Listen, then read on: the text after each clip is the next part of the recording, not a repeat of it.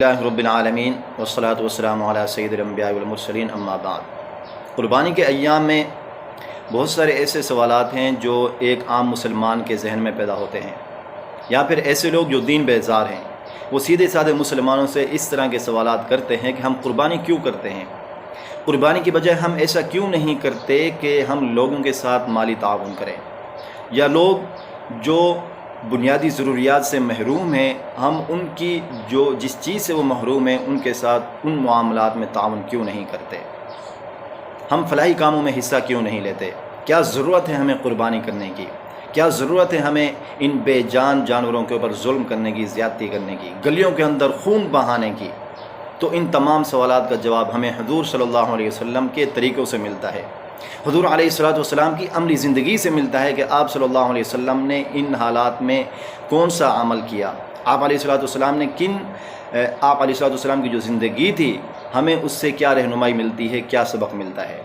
تو آئیے ہم حضور علیہ السلام کی عملی زندگی سے سبق لیتے ہیں کہ آپ صلی اللہ علیہ وسلم نے تنگ دستی کے حالات میں، آپ علیہ السلام نے ایسے حالات میں جب آپ علیہ السلام کے پاس، صحابہ کرام کے پاس کھانے پینے کو کچھ نہیں تھا، اس وقت کون سے اعمال کیے، کون سا عمل کیا، تو ہم وہاں سے رہنمائی لیتے ہیں۔ ذرا دیکھتے ہیں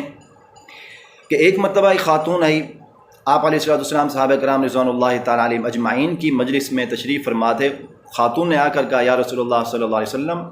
میں خود کو آپ کے حوالے کرتی ہوں، جس کے ساتھ بھی آپ جہاں چاہیں مناسب سمجھیں میرا نکاح فرما دیں۔ ایک صحابی بیٹھے ہوئے تھے، انہوں نے جب یہ گفتگو سنی تو حضور علیہ السلام کی طرف متوجہ ہوئے اور کہا، یا رسول اللہ صلی اللہ علیہ وسلم، آپ اگر مناسب سمجھیں تو اس کے ساتھ میرا نکاح فرما دیں۔ تو حضور علیہ السلام نے اس سے پوچھا، کیا تمہارے پاس اسے حق مہر دینے کے لیے کچھ ہے؟ انہوں نے کہا، یا رسول اللہ، میرے حالات آپ کے سامنے ہیں، میں تنگ دست ہوں، مفلس ہوں، غریب ہوں، میرے پاس کیا کچھ ہو سکتا ہے؟ تو حضور علیہ السلام نے کہا کہ دیکھو، جاؤ، اگر تم لوہے کی ایک انگوٹھی بھی ڈھونڈ کر لے آئے تو میں تمہارے ساتھ اس کا نکاح کر دوں گا۔ وہ اٹھے، کافی دیر کے بعد تلاش کرنے کے بعد لوہے کی انگوٹھی تک تلاش نہیں کر سکے، یعنی ان کی جو مالی حالات تھے اس قدر گمبھیر تھے، اس قدر سخت تھے، غریب تھے۔ واپس لوٹے مایوس ہو کر، ان کے پاس ایک چادر تھی، چادر حضور علیہ السلام کے سامنے کہی، یا رسول اللہ صلی اللہ علیہ وسلم، میرے پاس یہی ایک چادر ہے، اگر آپ مناسب سمجھیں تو اس کے 2 ٹکڑے کر دیں، ایک آپ اسے حق مہر میں دے دیں اور دوسرا میں رکھ لوں گا۔ حضور علیہ السلام نے کہا، دیکھو بھائی، اگر اس چادر کو ہم نے کاٹ دیا، اس کے 2 ٹکڑے کر دیے، نہ تو یہ آپ کے کسی کام کی ہے اور نہ ہی اس کے کسی کام کی ہے۔ تو دیکھیں، ایک حق مہر جو فرض تھا صحابی کے پاس وہ ادا کرنے کے لیے بھی نہیں تھا۔ تو آپ صلی اللہ علیہ وسلم نے جب اسے ایک گفتگو کی کہ یہ چادر تو کسی کام کی نہیں ہے، اگر کاٹ دی گئی، تو وہ ایک کونے میں خاموشی سے بیٹھ گئے۔ کافی دیر کے بعد جب وہ اٹھ کر جانے لگے تو حضور علیہ السلام نے انہیں پھر بلایا اور کہا کہ کیا تمہیں قرآن پاک یاد ہے؟ تو اس نے کہا، یا رسول اللہ صلی اللہ علیہ وسلم، مجھے قرآن پاک کی فلاں صورت یاد ہے۔ تو حضور صلی اللہ علیہ وسلم نے کہا کہ دیکھو، میں تمہارا نکاح اس کے ساتھ ان صورتوں کے بعوض کرتا ہوں، یعنی جو صورتیں تمہیں یاد ہیں آپ نے ان صورتوں کی تعلیم اس خاتون کی دینی ہے۔ دونوں کا نکاح ہو گیا۔ اب حضور صلی اللہ علیہ وسلم کی جو زندگی تھی، دور نبوت کے اندر صحابہ کرام ان حالات کا سامنا کر رہے تھے۔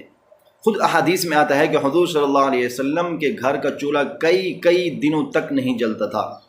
حضرت ابو ہریرہ رضی اللہ تعالیٰ عنہ فرماتے ہیں کہ بھوک کی وجہ سے، بھوک کی شدت کی وجہ سے کبھی کبھی میرے اوپر بھوک اس قدر غالب آتی، کئی دنوں تک میں بھوکا رہتا تھا، تو بھوک کی وجہ سے میں بے ہوش ہو کر گر پڑتا تھا۔ جو لوگ مجھے نہیں جانتے تھے وہ یہ سمجھتا ہے کہ یہ شخص دیوانہ ہے یا پھر اسے کوئی بیماری ہے جس کی وجہ سے یہ گر پڑا ہے۔ لوگ مجھے میرے اوپر پاؤں رکھ کر چل پڑتے، لیکن انہیں کیا معلوم کہ میں کس وجہ سے بے ہوش ہو کر گر پڑا ہوں، اور وہ وجہ صرف یہی تھی کہ مجھ پر بھوک کا غلبہ ہوتا تھا۔ یہ حالات تھے صحابہ کرام کے، لیکن اس کے باوجود حضور صلی اللہ علیہ وسلم نے کبھی بھی صحابہ کرام کو یہ نہیں کہا کہ اس سال ہم قربانی نہیں کریں گے،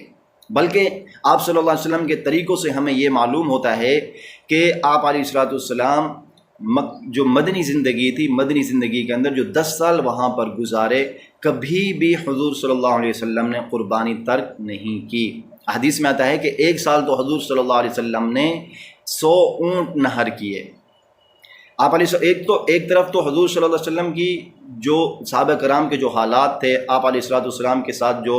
جو حالت تھی تنگ دستی کی، ایک وہ تھی، اور دوسری یہ تھی کہ حضور صلی اللہ علیہ وسلم نے ان تنگ دستی کے اندر، وہ جو حالات تھے تنگ دستی کے، ان حالات کے اندر کبھی بھی حضور صلی اللہ علیہ وسلم نے صحابہ کرام سے یہ نہیں کہا کہ اس سال ہم قربانی نہیں کریں گے، بلکہ اس سال جو قربانی کا بجٹ ہے ہم ان غرباء پر خرچ کریں گے، فقراء پر خرچ کریں گے، جو بیوائیں ہیں، جو یتیم ہیں، ان پر خرچ کریں گے، بلکہ جو ایسے لوگ جو شادی نہیں کر سکتے ان کی شادی کے اوپر خرچ کریں گے نہیں، بلکہ حضور صلی اللہ علیہ وسلم نے یہ فرمایا کہ اگر تم میں سے کوئی شادی کرنے کی استطاعت رکھتا ہو، توفیق رکھتا ہو، تو وہ شادی کرے، اور اگر کوئی توفیق نہیں رکھتا، جو استطاعت نہیں رکھتا، تو وہ روزے رکھے، یہ روزہ رکھنا اس کے لیے گناہوں سے ڈھال ہوگا۔ یہ حضور صلی اللہ علیہ وسلم نے فرمایا۔ خود حضور صلی اللہ علیہ وسلم نے 10 سال متواتر قربانی کی، کبھی بھی ایک سال بھی ترک نہیں کی۔ کیوں؟ اس لیے کہ آپ علیہ السلام جانتے تھے کون سا عمل افضل ہے اور کون سے عمل کو کرنا ہے، اس لیے قربانی اللہ رب العزت کا پسندیدہ عمل ہے۔ اپنے اللہ رب العزت کے دیے ہوئے مال میں سے قربانی کریں۔ جو لوگ ان ایام میں طرح طرح کے سوالات کرتے ہیں، ان سوالات کو پس پوچھ ڈالیں، پریشان ہونے کی ضرورت نہیں ہے۔ اللہ رب العزت کے دیے ہوئے مال میں سے اللہ رب العزت کی راہ میں قربانی کریں، یہی اللہ رب العزت کا پسندیدہ عمل ہے۔